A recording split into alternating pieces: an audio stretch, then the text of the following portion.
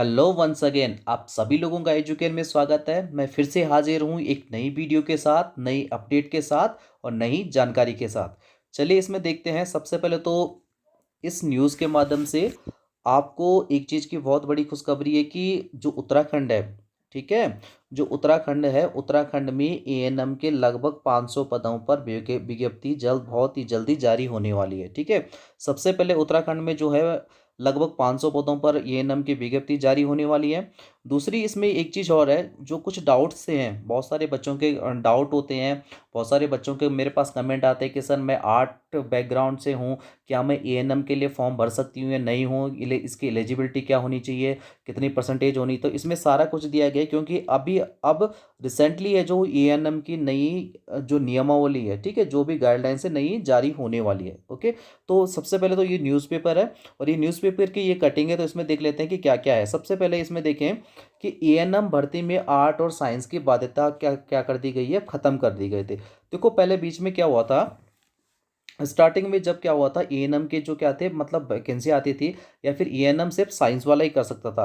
लेकिन फिर से क्या हुआ, इसमें चेंजेस किया गया और अब आर्ट वालों को भी ले लिया गया। तो अब इसमें जो बताया गया वो क्या है, जो सेंट्रल लेवल है, ठीक है, मतलब केंद्रीय मानक के अनुसार, ठीक है, जैसे सेंट्रल गवर्नमेंट करती है उसी के हिसाब से क्या होगी, इसमें जो भी वैकेंसियाँ हैं उसके हिसाब से भरा जाएगा। ओके, तो इसमें देखो कि स्वास्थ्य विभाग में अब एएनएम पद पर आवेदन के लिए इंटर में विज्ञान या कला वर्ग की शर्त नहीं रहेगी। पहली बात ये क्लियर होगी कि भाई अब एएनएम है जो, चाहे वो किसी भी साइंस ग्रुप का हो या फिर आर्ट ग्रुप का हो या फिर कॉमर्स का हो, सारे के सारे क्या कर सकते हैं, आवेदन कर सकते हैं। ओके, नेक्स्ट है कि सरकार ने योग्यता पर खड़े हो रहे विवादों को देखते हुए भर्ती में केंद्रीय मानक लागू करने का निर्णय लिया है। अब केंद्र भी स्ट्रीम केंद्र अब किसी भी स्ट्रीम में इंटर पास करने वाले पात्र होंगे, भर्ती लिखित परीक्षा के आधार पर कराई जाएगी। यहाँ पर एक चीज़ बहुत इंपॉर्टेंट है, अब किसी भी स्ट्रीम में इंटर पास करने वाले क्या हैं,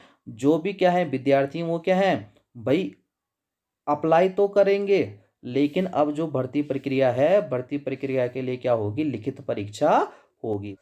चलिए अब देखिए इससे आगे, अब किसी भी स्ट्रीम से इंटर पास करने वाले पात्र होंगे, वह भर्ती लिखित परीक्षा के आधार पर कराई जाएगी। इस चीज़ को बहुत ढंग से देखिए आप सभी लोग कि एक तो जैसे ट्वेल्थ में चाहे वो कला वर्ग का हो, चाहे वो साइंस का हो या फिर कॉमर्स का हो, सभी के सभी क्या कर सकते हैं, फॉर्म भर सकते हैं, एएनएम कर सकते हैं। लेकिन अब जो भी वैकेंसी है, वैकेंसियों में अब क्या होगी, लिखित परीक्षा होगी। मतलब क्या होता था, देखो अभी तक जो नियमावली में चल रहा था वो ये था कि माना किसी का एएनएम क्या है 1999 का, 1999 का है, और किसी का 2000 का है, किसी का 2001 का है। तो सबसे पहले किसका नंबर आता था, सबसे पहले किसको नौकरी मिलती थी, 1999 वाले को, तब जाके 2000 वाले को, तब जाके 2001 वाले को। मतलब इसके जो 1999 वाले के जो गुणांक है, उनके आधार पर सबसे पहले, मतलब जिसने पहले किया है उसको पहले नौकरी मिलती थी। अब ऐसा नहीं होगा, इसमें एक चेंजेस कर दिया गया है कि लिखित भर्ती है जो, वो लिखित परीक्षा के आधार पर कराई जाएगी। मतलब ये है कि आपको अब चुप नहीं बैठना है। ओके, मेरा जो वीडियो बनाने का मेन मकसद यही था कि आपको एक बार क्या कर दूं, मैं सूचना दे दूं और आप अपनी तैयारी में लग जाइए। ठीक है, मतलब ये है कि अगर आपने एएनएम कर दिया है, ठीक है, अगर आपने क्या कर रखा है, एएनएम कर रखा है, तो आप ये ना सोचें कि आपका क्या होगा, वर्ष बार में क्या है, आप कभी ना कभी तो नंबर आ ही जाएगा और नौकरी मिल जाएगी, ऐसा नहीं है। अगर आपने एएनएम कर रखा है तो एएनएम के साथ साथ आप क्या है, नौकरी लगने के लिए आपको क्या करना पड़ेगा, कंपटीशन फेस करना पड़ेगा। और कंपटीशन फेस करने के लिए आपको बहुत अच्छी तैयारी करनी होगी, जैसे आपने एंट्रेंस एग्जाम के लिए की है। ठीक है, चलिए इससे आगे देखो कि दरअसल राज्य में एएनएम पद को कभी इंटर विज्ञान तो कभी कला वर्ग को पात्र माना गया। इसी भर्ती को लेकर लगातार विवाद हुए और मौका न देने पर सैकड़ों अभ्यर्थी है जो वो कोर्ट पहुंच गए। ठीक है, मतलब इसमें टोटली अगर बात की जाए मोटे मोटे तौर पर, तो दो तीन चीज़ें इसमें बहुत इंपॉर्टेंट है। एक तो जल्दी ही जल्दी 500 पदों पर विज्ञप्ति जारी होने वाली है। ठीक है, सबसे पहले 500 पदों पर विज्ञप्ति जारी होने वाली, एक तो ये बात हुई। दूसरी बात है कि अगर आप कला वर्ग से, ठीक है, अगर आप विज्ञान वर्ग से या फिर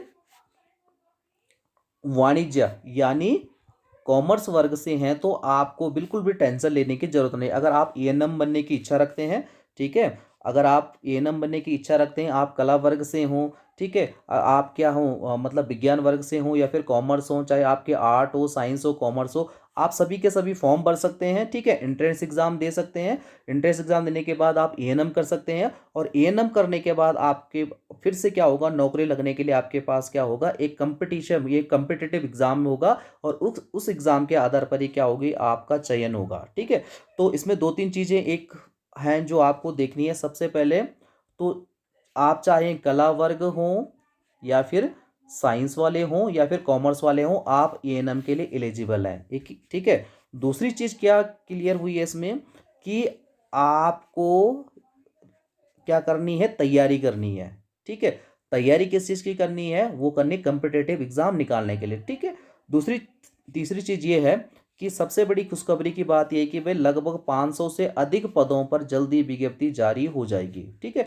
तो इसका जो भी नोटिफिकेशन होगा, चाहे वो आपके सिलेबस से रिलेटेड हो, ठीक है, आपने क्या पढ़ना है क्या नहीं पढ़ना है, उस सब के लिए मैं जब भी क्या आएगा, इसका ऑफिशियल नोटिफिकेशन आएगा तो मैं जल्दी ही क्या करूँगा, उसके बारे में वीडियो बनाऊंगा, ठीक है। अगर आपको ये वीडियो अच्छी लगी हो, जानकारी अच्छी लगी हो, तो लाइक कीजिए, दोस्तों के साथ शेयर कीजिए, और चैनल को सब्सक्राइब करना ना भूलिए। Thank you, take care and goodbye to all of you.